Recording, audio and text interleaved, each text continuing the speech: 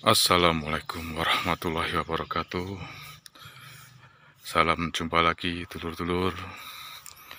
Salam sehat.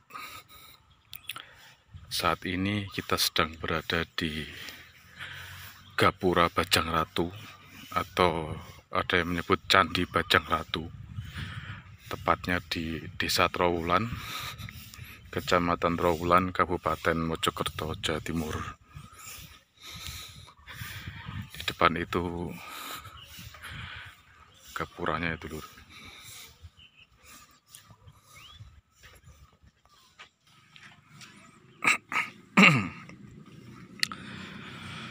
Gapura ini bertipe padu raksa, yaitu gapura dengan atap, dan di sekitar sini sekitar 2 km ada lagi gapura yang tidak beratap, yaitu gapura Wringin Lawang. Ini areanya cukup luas dulur ya.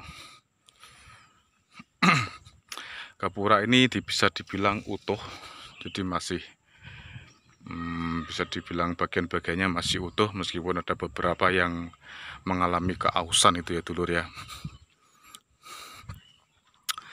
Gapura Bajang Ratu ini banyak dihubungkan dengan Raja Jayanegara, karena Bajang Ratu itu berasal dari kata bajang yang bermakna anak atau bayi, sedangkan ratu itu raja.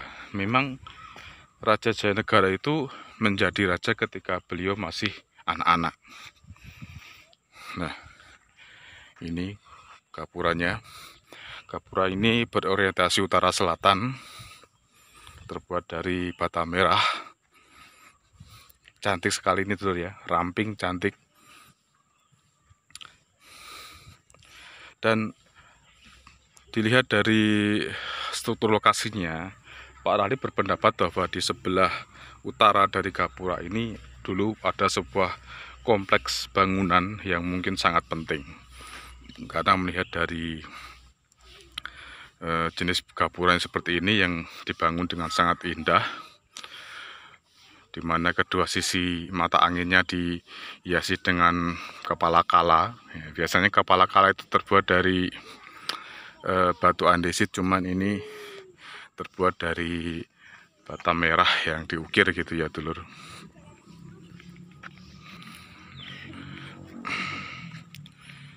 Ini sayangnya kita tidak bisa naik ke atas karena memang dilarang, untuk menjaga kondisi gapura agar tidak semakin memburuk.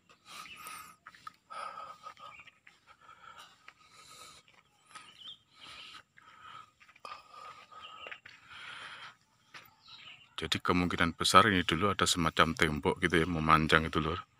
Cuman ini sekitar 1 meteran.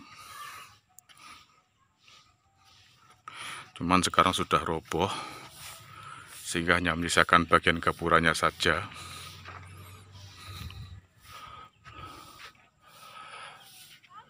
Dan dihiasi dengan ukiran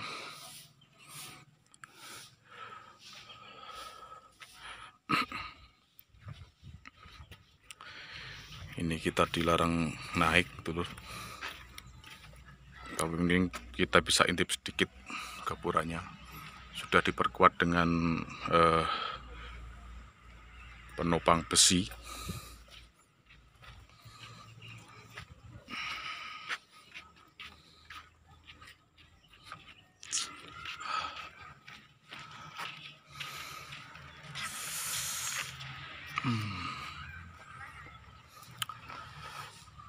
Relief yang terpahat di gapura itu adalah, kalau tidak salah, relief tentang Sri Tanjung, di mana Sri Tanjung itu berkisah tentang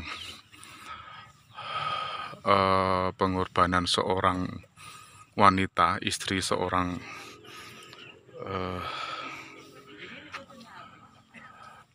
patih yang difitnah oleh rajanya, sehingga dia rela berkorban, mengorbankan dirinya, dibunuh oleh suaminya sendiri. Patih itu bernama Patih Sidopekso dan istrinya bernama Sri Tanjung. di mana pada waktu Sidapeksa diutus oleh sang raja untuk pergi, kalau konon pergi berperang dulu ya. Lalu ketika sang Patih Sidapeksa pergi berperang, ternyata Sri Tanjung digoda oleh sang raja.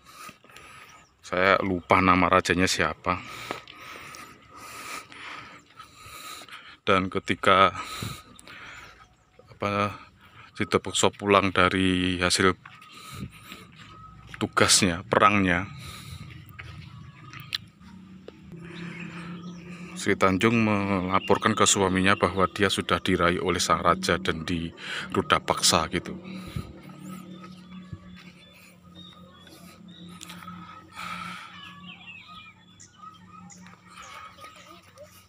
Namun oleh sang raja justru dibalik faktanya, bahwa sang raja berkata bahwa Sri Tanjunglah yang menggoda dirinya, dan akhirnya Patih Sidapeksa menyeret istrinya ke dalam hutan untuk dibunuh. Tapi sebelum dibunuh, istrinya berkata dia rela dibunuh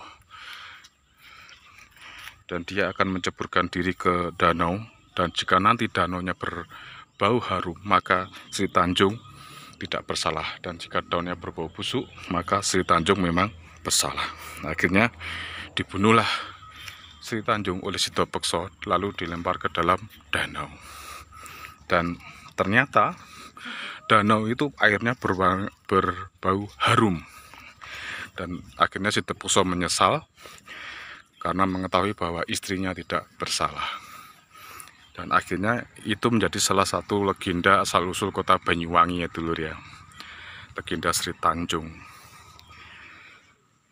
Sebenarnya masih panjang ceritanya, cuman nggak cukup kalau ceritakan di sini, jadi saya pungkasi aja di sini cerita Sri Tanjungnya. Mungkin kapan-kapan kalau ada waktu kita bisa menyambung kembali cerita tentang Sri Tanjung itu.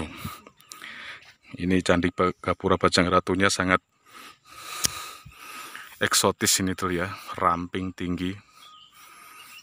Oke dulur, mungkin sampai di sini dulu jumpa kita. Kita jumpa lagi di lain waktu dan tempat.